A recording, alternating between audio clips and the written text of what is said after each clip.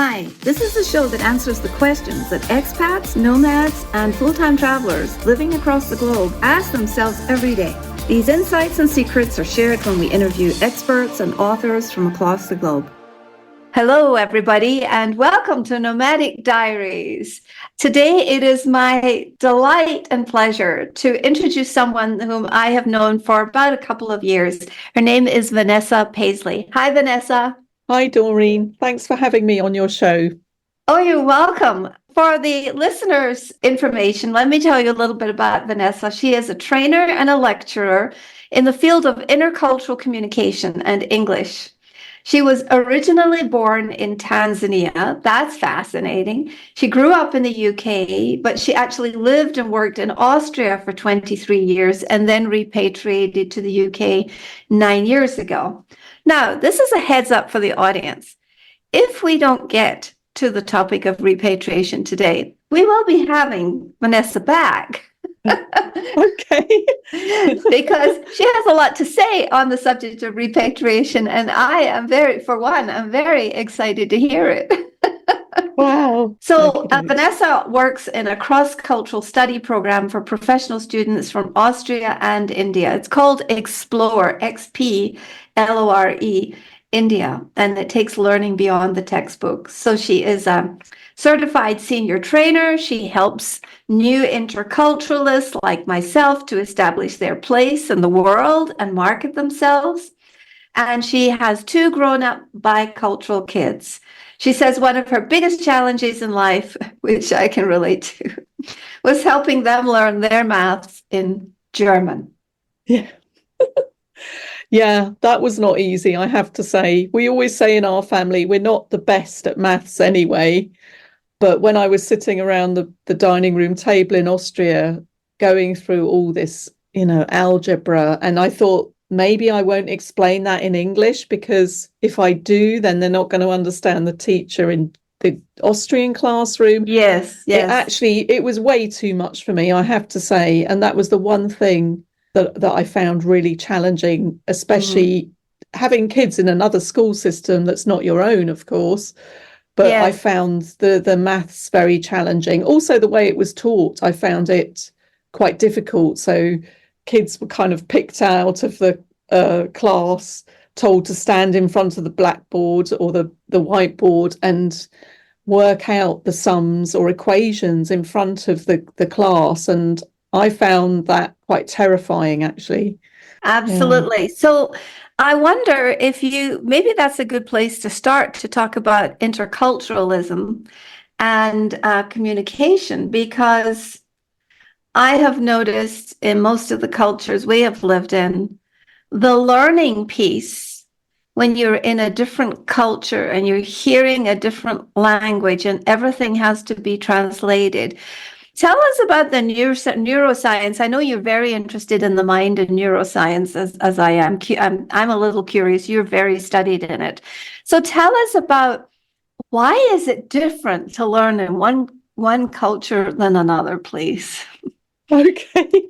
Oh, that's a big question, Doreen. And you're right. I started doing. No, it's fine. Absolutely fine. And I think, I started this Brain, Mind and Culture masterclass last year, which I think we spoke about offline. I'm excited to take it. I'm taking it at the end of the year. Brilliant. And it's such I think the reason, and I listened to Joseph Scholl's Deep Culture podcast, that's why I got into some of his work. And it's basically he works with a team, but what they have done is they've decided to look at it from a different perspective, rather than just saying, I don't know, Asians are collective, Americans are individualistic, which there is plenty of research that tells you that, right? Yeah. And that's probably where intercultural research kind of came from. And it came from a sort of business approach. How can we clinch the deal quicker in China? Rather than making all these cultural faux pas, right? So a lot of people went into that area of research, like whether it was Erin Meyer or Hofstede or Trompenaars. I don't want to get too technical, but they were the ones who look like, okay, we've got these different dimensions. People are hierarchical, egalitarian, direct, indirect. Yes. Time, people are on time, or time's a bit more fluid, these kind of things. And there's plenty of research that we can look at there. But what I like about this brain, mind and culture approach is that the research, it's not what's the word, self-generated. You don't take like an assessment tool and say, well, this is Right, the way, right. and I think it's more to do with like looking at brain scans and do people Yes. think differently, Yes. and looking at from a psychological perspective. Yes. And that often is to do with culture and language. And it's combined, right? So as soon Yes. as we notice that something's different in another culture, Yes. they talk about Oz moments, right, on this course, and you'll learn all about that. But it's like when in The Wizard of Oz, when Dorothy and Toto land in Oz, and the film becomes Technicolor, doesn't it? Yes. In The Wizard of Completely Oz, changes. Yes. yeah, and she says, "I don't think we're in Kansas anymore, Toto." Yeah. And that's when she notices there's something different about being in that Yes. culture. Yes. And what we talked about in this culture and the mind masterclass was that everything we experience is actually intuitive. So the Yes. fact she says that I'm in a new place, she's not analyzing it deeply. It's just this Yes. culture She's just bump. being. She's being Yeah, there. So being, it's a seeing, sense of doing. yes. It's a sense Yeah, of presence. it's a complex topic, but in a way, it's very simple because we are not. That's why people go, oh, you can learn to be interculturally competent. You can learn, but it's not going to happen overnight, right? It's the people who move abroad, and then they experience something and they go, oh, that's strange. Why do they do it like that? The people who ask the question, right? So if you're living abroad and you Yes. go from Yes. experiencing, and of course it all happens to us because we all have this Yeah.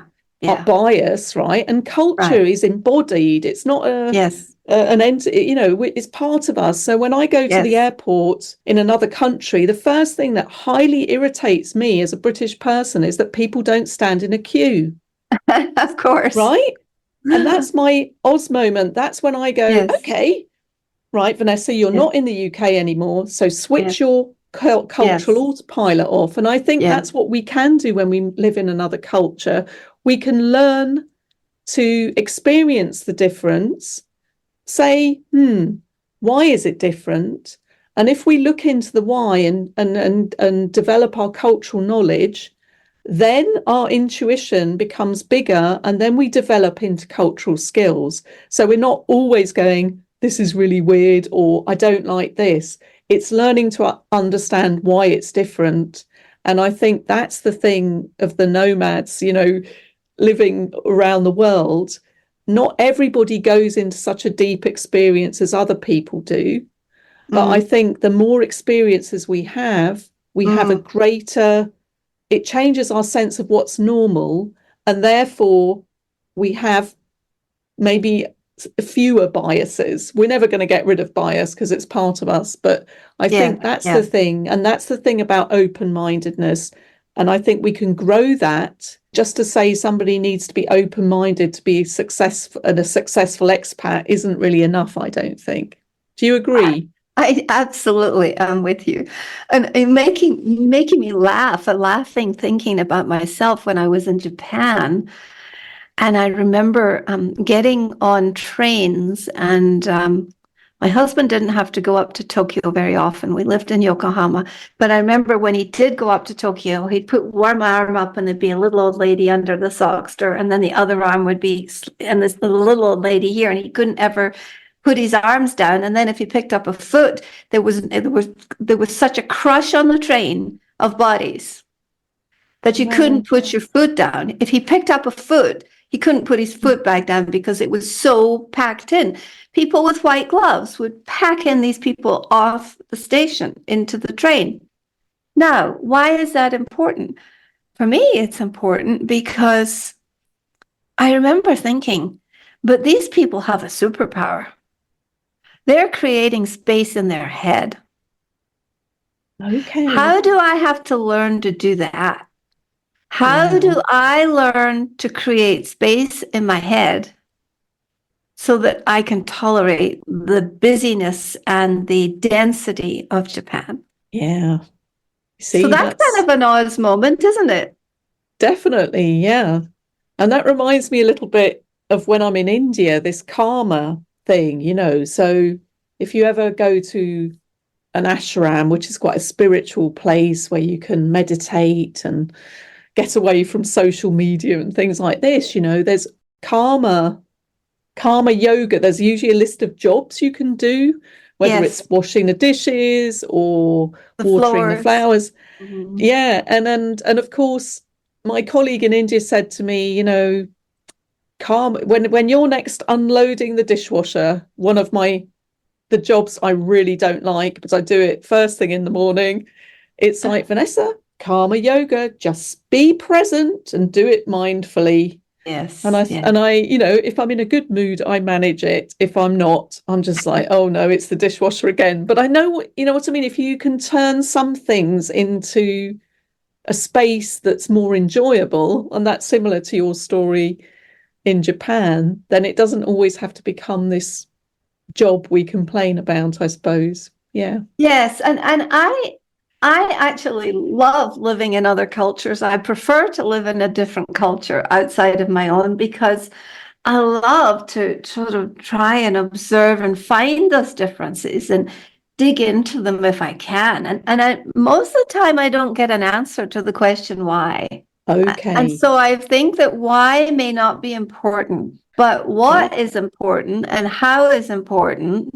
But I'm not sure that because I think that cultural behavior and communication evolves over time, doesn't it? And over thousands of years. And so we might never be able to unravel a why. No. And I think I really try with the why, especially when I'm working in with a Good for you. classroom of Yes. students. But there Yes. are sometimes you can't find a why, and Yeah. I think it's you're right. Culture's dynamic. It changes, especially with technology. Yes.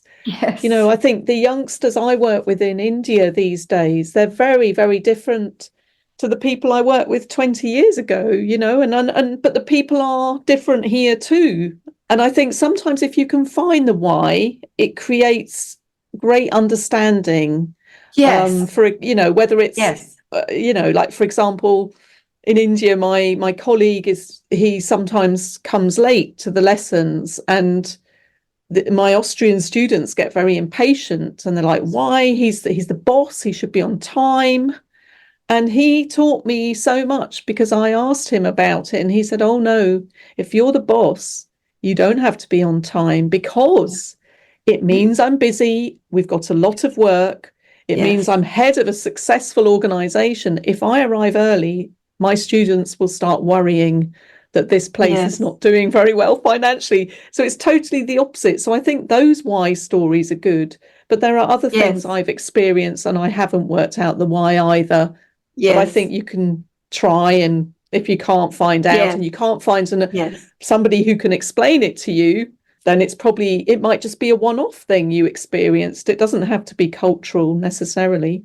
Definitely. And I think for the listeners' benefit, I think it's important for me to say that I spent most of my life wandering around in a different culture, wondering why. And that's why I've recently given it up. But I would not write that as a prescription for somebody who is just setting out to travel or is just landing in a new place and trying to find their feet. Yeah, yeah, yeah. And I think So a that's little bit, probably the difference between us is that I've been operating more in two cultures mainly, right? And yes, you've been in many. And yes. I think sometimes I play this culture ping pong. I'm like, oh, in Mm, German speaking countries, it's like this. In the UK, mm, it's like this. And sometimes mm. it's ever so exhausting. Maybe Yes. that might be, why I spend a lot of time comparing things which Mm. is tiresome actually. And that requires a lot of brain and physical energy. I mean, our brains use a lot of the energy that are, associated, but compared to the size of them, they use like 70 to 90% of our physical energy is actually exerted and comes through the brain. So if we're always comparing, and I do think that's one of the reasons that you have that, intercultural dip when you arrive in a new place and you're over the honeymoon and you're all excited, and then suddenly you just find yourself in a slump and like, I just want to go home. Isn't that related to the brain? Yes, it Just is. being tired, just being tired. Yeah, tired. And also it depends on there's some research which I think is interesting, and I don't think a lot of people have looked into this, but how also genes, your genes, is there any history of any like depression, mental illness in your family? Do you have this high dopamine gene? Somebody's been talking about that lately. And then if you have the positive genes, like, all these sort of things, then you're going to experience things very differently than if maybe, I'm not saying you're a negative person, but maybe somebody who's not as positive all the time. Yeah. Yeah. And I think that definitely happened to me when I moved to Austria. I was young and I moved to Vienna and I was fine. And then I moved to a very rural part of Austria in the early 90s. There was no internet, couldn't find a job. I was living halfway up a mountain, didn't have a car. Felt very displaced, and I remember feeling very despondent. And I stayed in that honeymoon period was fine, and then the winter came and the rain and the fog, and I stayed in that bottom bit for a while, and it took me quite a while to get out of it, to be honest. I have had that experience in a few places I have lived.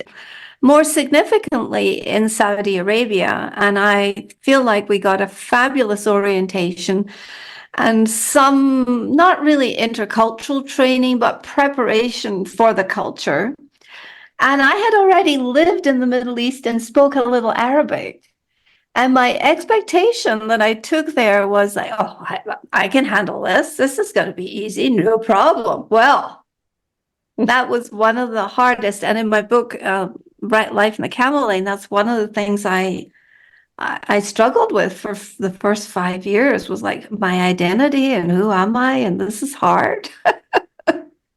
Yeah, and there's so many things, aren't there, that can influence that. Like some people don't like a particular country, they don't find their feet there. And I think we should also be allowed to say that this is not my country, but obviously make an effort. And even coming home, repatriation, I knew it was going to be hard because I'd been away for 23 years, right? I knew I was going to struggle, but I was a bit more well equipped, maybe because of knowing about these transitions and working with people on them.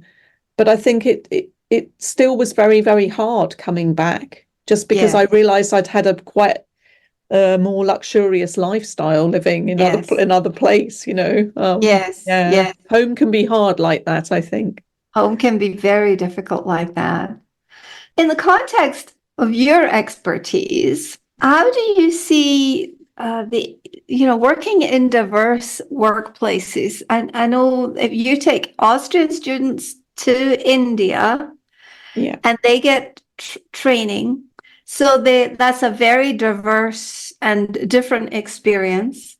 What are the communication challenges in the midst of an intercultural community like that? Because they're trying to form one community, right? So the goal is really the students. It's interesting because the Austrian students are mature, so they're all in the workplace and studying part-time. The Indians, so they can be between the ages of about 20 and 50. And the Indian students always tend to be in their early 20s. So already there's a bit of a shock there between the two, because they were like, oh, you're so old and you're so generational.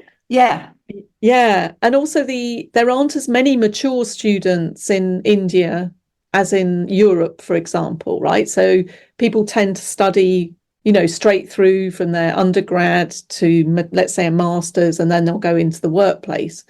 And I think what the communication is probably the biggest challenge, to be honest, because most of my Austrian students are either engineers or business students, and they have studied English as a second language at school.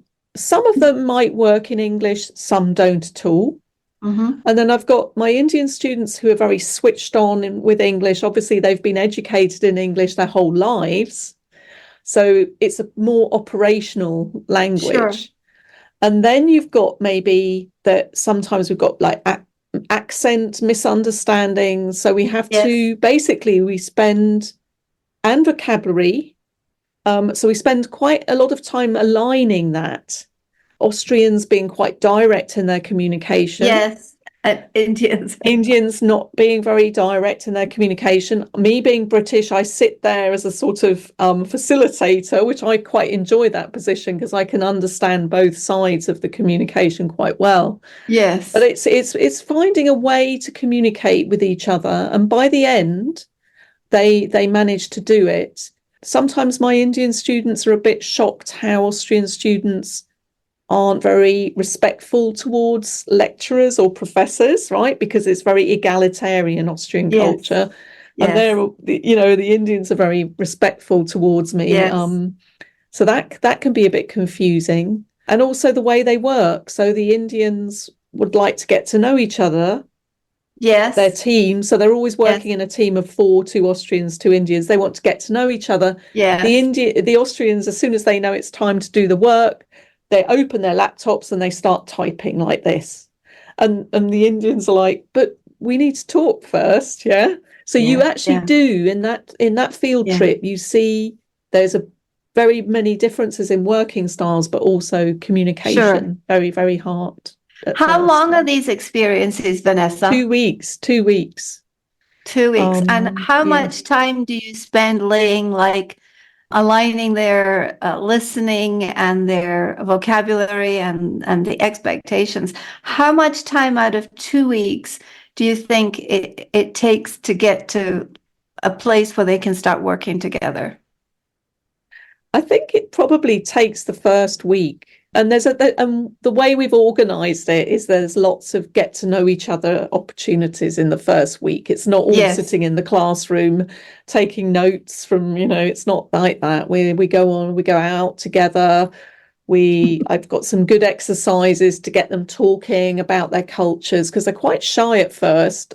And then there's a weekend trip where we go to Jaipur or we go to Rishikesh on the Ganges. And then on Monday, it's like, right, we need to get down to work. So by then, they've danced with each other on the bus. They've been to the Taj Mahal. And then actually what's so lovely about it is that my Austrian students, they see so much more of India than I get to see, really. Yeah. Because their project partners might invite them home. They might cook with them. Yeah. They might go and get a henna tattoo outside a temple with them. They know where to eat. That's not expensive. They really get it's a proper immersive experience. How lovely. Yeah. I do miss that part of the world. So what do you think when you examine that particular experience, what do you think are the common challenges that people face when they're communicating in a professional setting? I mean, if you're on one side or the other, it's still really challenging. And I've watched my husband be on a team with Japanese people and then move to a team with Saudi people. Can you talk about some of the challenges that exist when you are seeking to meld and blend and create a soup that works for everybody? Yeah, like a salad bowl of interesting ingredients. Yeah, exactly. So I mean, I suppose I also do corporate training, and I can align some of it to there. So it's often, I think, we've talked about being direct and indirect. That is for me what the biggest cause of miscommunication. And you don't always know that there's been miscommunication because if somebody doesn't say they're offended, and the other person doesn't pick it up. What are you going to... How do you know? Yeah, and I do a lot of work on virtual teams at the moment with, could be different nationalities, French, German, I don't know, Bulgarian, Indian, Japanese, and it's often this, they don't say anything in the meeting, or Right. that means they've Yes. got nothing to say. And I'm like, well, do you invite people to speak in your virtual meeting? Do you say, have you got something? Oh, no, we don't do that. So it's trying to understand that, some people are going to save face. They don't want to Yeah. say anything to offend anybody. And on the other hand, some people say things that can be so brutally honest that they're going to insult the other party. Yes. Then it goes silent. Then there's miscommunication. Then people leave the company. They say, I don't want to work in this team anymore. So it's making sure that everything gets off to a good start, really. And Mm-hmm. having Mm-hmm. somebody in the meetings who is aware of these things and who, like, sets the limits and at the end says, has everybody said everything they need to say? Or if somebody's speaking English as a second language and their language is not so good, maybe give them the documents to read before the meeting so that they know what they're talking about. I would say that's one thing. Time management always seems to be a problem across Yes. cultures, although people say to me it isn't. But I notice that. Also, if you're going to be late for a meeting, some cultures you have to say you're going to be late. Some you Yes. could be 10 minutes late and it's fine. You don't have to send a Yeah. text, these kind of things. And also another thing I think that's often a problem is this giving feedback across cultures. Can I Mm-hmm. do it directly? Do I have to be Mm-hmm. indirect? Do I have to Mm-hmm. use the sandwich feedback method, Yes. positive, negative? Yes. These Yes. things need to be discussed because I think we can offend people with the way we deliver feedback. And that's something I think is often maybe undervalued. So the three things you said were, number one is the direct and the indirect communication. And I know that in Japan, that was my first, well, not really, it was really my second serious culture shock, I think, was part of it. Listening to and knowing that that wasn't the truth. Yeah. And then I noticed just the other day, we had a fireplace that was kaput, broken here. So we took it down. It's been going to the shop here in Mexico for, I would say it's in probably its fifth or sixth weeks of being fixed. And, something goes wrong, something goes wrong. So my husband's been dealing with it and he's more introverted. I'm more extroverted. So I show up in the showroom with him the other day and I said, is it kaput? Very direct, Yeah. And at first he nodded. He said, yes, it's kaput. He nodded and we went through this a little bit in Spanish. But then he comes up with, oh, but maybe there's this thing that's coming in on Monday that could fix it. And I thought, this is face saving again. This is what this is. I Yeah. believe the first answer because I came in like a bulldozer. Yeah. Yeah. Whereas Yeah. my husband's been trying to tiptoe around the culture. Yeah. Yeah. Face saving is, I mean, we have it in the UK too, right? We Yes. don't say what we mean, right? We don't. How does it look That's the, like? What does it look like in the UK? well, and it's quite funny because everyone talks about passive aggressive these days, and people, Yes. but the British are, because we say, oh, that's interesting. I think actually, no, it's really boring. Yeah. But we Yeah. feel we have to make a bit of a comment, or people go, will say things like, oh, I might see you later. Well, actually, you're not going to come. Yeah. Right. So we do Right. have a little bit of that. So I'm very familiar with it. Yeah. I'm quite Yeah. direct, you see, because I, learned German. I mean, I Yes. had to learn German, and I wish somebody had told me when I was learning German, you've got to be more direct, Vanessa, because Uh, all this conditionals, would you, could you, maybe, should you, it yes. doesn't Yes. work in German. People think you're being like you're not Wishy-washy. very convincing. Yeah, Yes. you need Yes. to. So Yes. why do all this maybe Right. whatever? And I had to learn to become more direct. So I am quite Yes. direct in the UK, and I Yes. sometimes really put my foot in it, I have to say. And I'm like, Vanessa, stop being so direct, but Yes, it's so just I have found that too. I've learned that over the years in the different countries, but also I noticed that I have my British side and my American side, and when I'm writing, it comes out in the passive verse, which is not very convincing. And that's just my Scottish self. Oh, yeah, you might want to think about this instead of no, just think about this. It's yeah, I'm yeah. very I've got all these conditionals and all these sort of I call them like cotton wool Hmm. fillers that Scots people do in order to oil the wheels of our communication.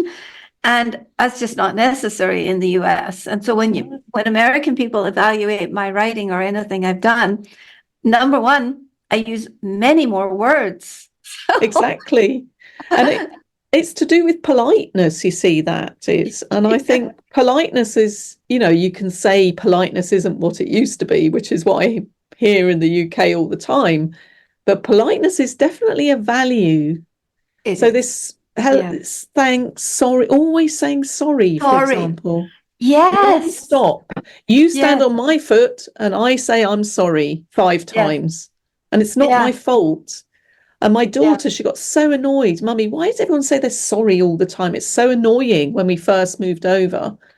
And I was like, yeah. I mean, on the other hand, we also have the universal business language, these Sure. days, and everyone's saying women should stop saying they're sorry. They should stand up, Yeah. own it, own it. Yeah. It's true. So you've got all these conflicting areas of culture, but politeness in the UK means you've got to use a lot of words to say something. Yeah. I am very guilty of that. And also, yeah, the tech culture. So I'm working a lot with American culture, but then there's also tech culture and there's generational culture within that. I think that we're exposed to so many layers that there's a lot to figure out nowadays. Do you have some tips for us? Yeah.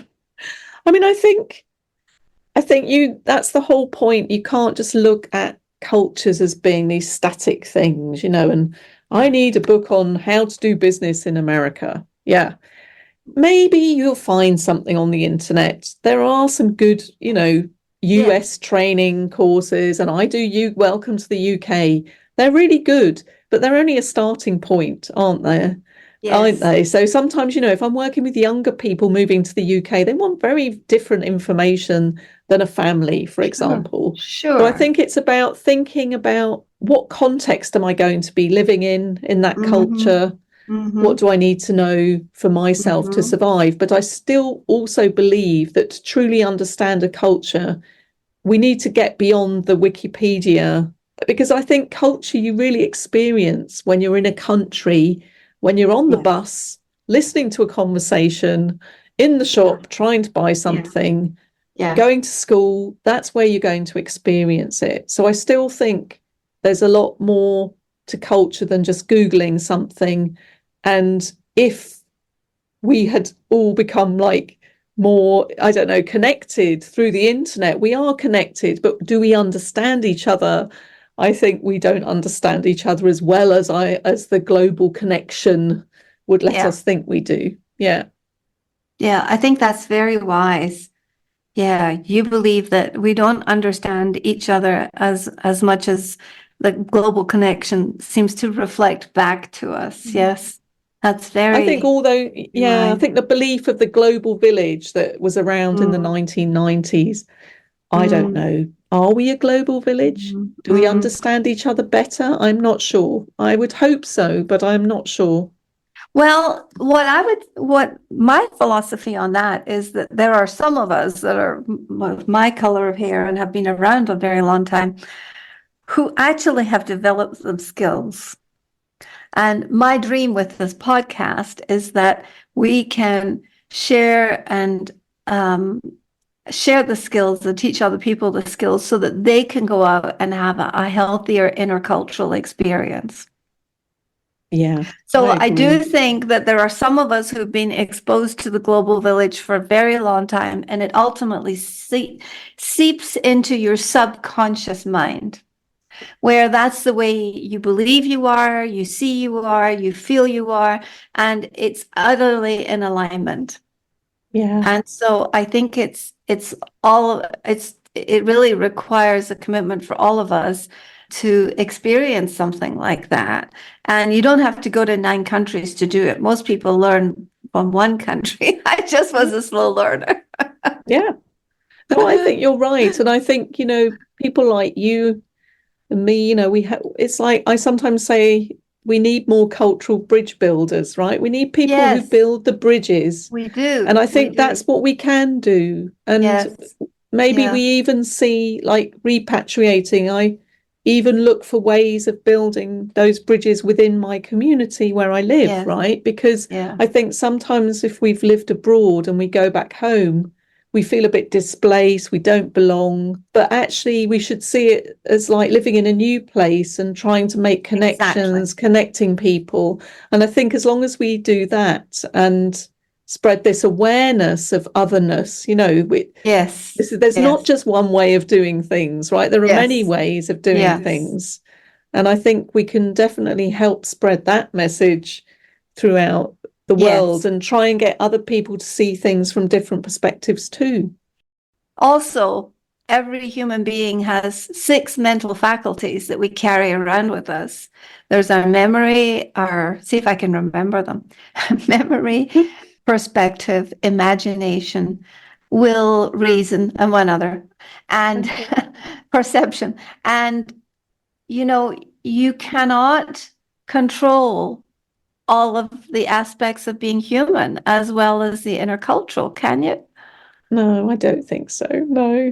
And I think we often say the universal part of us all, that's what connects us, isn't it? And then we have a Right. layer of culture, and then we've got the individual at the top of this pyramid, and we're all made up of a combination of that, right? So Yes. I think, yeah, you can't control that. And even people within one culture, there's so much diversity within one culture, isn't Yes. there? And how There is. people have been Yeah. brought up and Yes. educated and Yeah. these kind of things. But no, I Yeah. I don't see how you can control that. I agree that some of the diversity, equity, and inclusion training hasn't really worked, right? Yes. It's in Yes. I get that, but It hasn't translated into the passion side. It's like it hasn't connected with the heart. exactly, as you said, exactly. We've got to feel and Yes. share things that have made us think, or upset us even, to move on. And I think I often talk about, in diversity situations, like cultural intelligence is needed in the Yes. domestic workplace, not just when I'm working with someone who's a long way away, but that's understanding the diversity in the team. And maybe if people can do it, talk about these biases, say why you have them, and you might have some very uncomfortable discussions. Moments. But Yes. if you've created a space where people can tell their story and Yeah. others listen and everybody is allowed to do it, I think you're going to achieve more than just having these tick box Yes. exercises of, we're going Yes. to do some unconscious bias training today. It doesn't, because the Yes. unconscious bias is not the problem. The problem is not acknowledging that we have them. Can you tell me about the concept of cultural intelligence and kind of help elaborate or disrupt it in terms of what does it entail and how can we all enhance our cultural intelligence wherever we are, whether you're on a corporate team, whether you're in the grocery store in a foreign country? Can you help us with that part of the cultural globe right now, please? Yeah, okay. No, there are lots of different versions of this, but I'm just going to use the one I use. So I say cultural intelligence is made up of 3 things: skills, attitudes, and knowledge. Mm-hmm. Okay. So knowledge, if I know something about a different culture, that's the easy bit. I can Google something, I can read a book, topics, behaviors. How do I hand over my business card? Although we don't have those anymore. You know what I mean? Those sort of Right. things. Yes. And Yes. then you've got things like attitude. That's like, and mindfulness, I often compare those. So being open-minded, being reflective, thinking about how do you come across, being accepting of other people's opinions, those things are attitudes. And then also we've got skills, and they are the easier things we can work on. So it's like my communication. Can I be direct, indirect?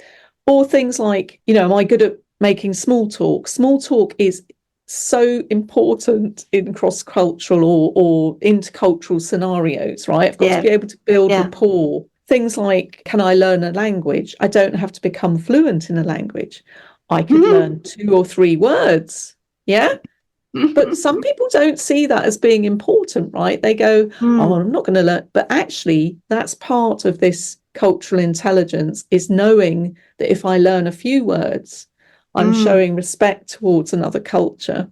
So it's those things, really. And I suppose if you think about it, the attitudes are the hardest ones to develop. So changing your open-mindedness, right? That's the mindset. Yes. Yeah, that's the hard bit. The skills, they're fine. The listening skills as well, that's a really big thing. And the knowledge is the easiest because you can read the newspaper, you can Google something, right? So knowledge, skills, attitudes are the hardest. But we can always work on our attitudes, I think. Are we open-minded? Are we respectful of other people's opinions? Can we accept different behaviours? These kind of things.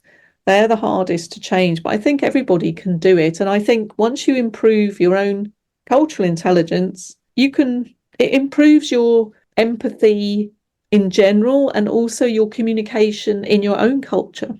Because you're naturally expanding your awareness. That's it, yeah. And also you're reflecting a lot. I think people who've lived across cultures tend to reflect a lot more about how they come across, because maybe they've made some mistakes along the way and they don't want to repeat them.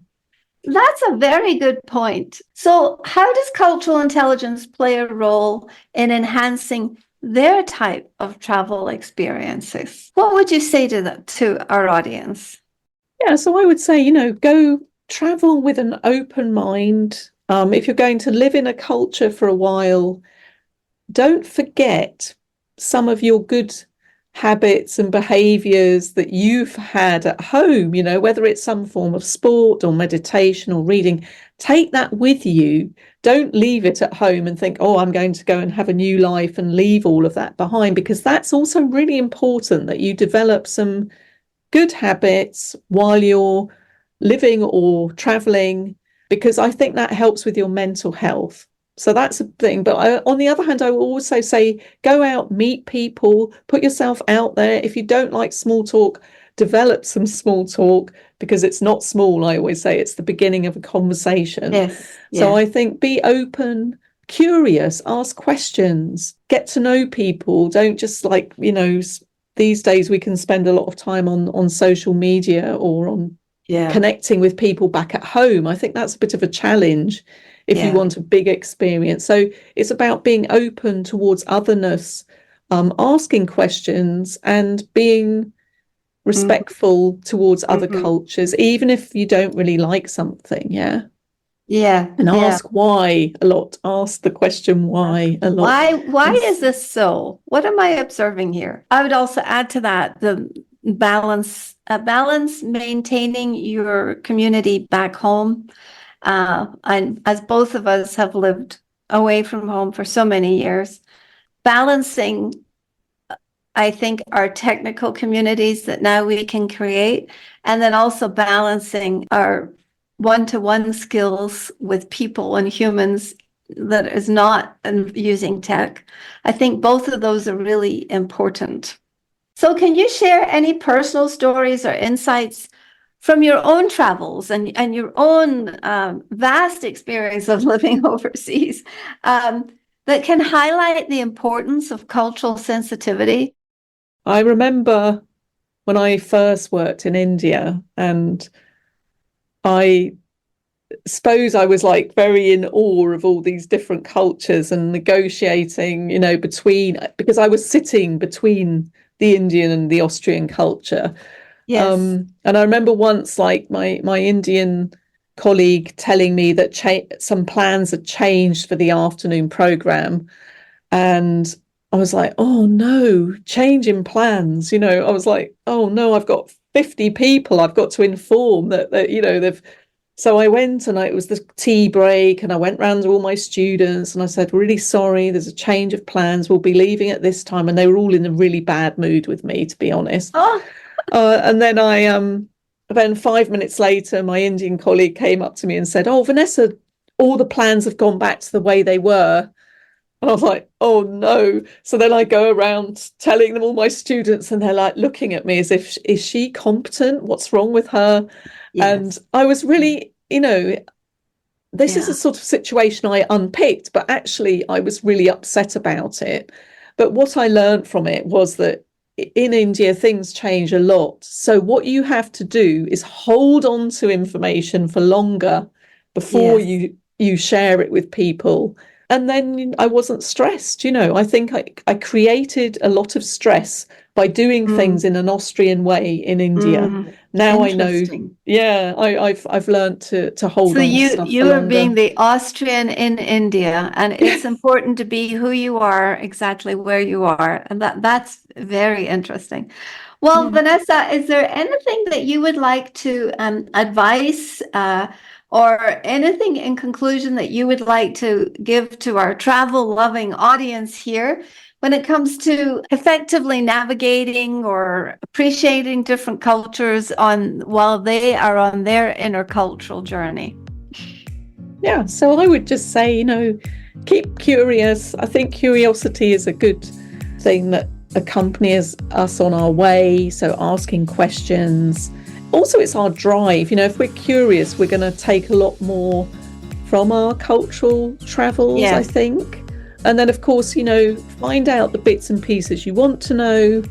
And if things aren't going well, try and create a new strategy. Maybe it means you've got to get involved with a new hobby or some way of meeting new people. But also, I think you have to adapt to a culture that you live in, but you don't have to change your values. So that's often what I say to people.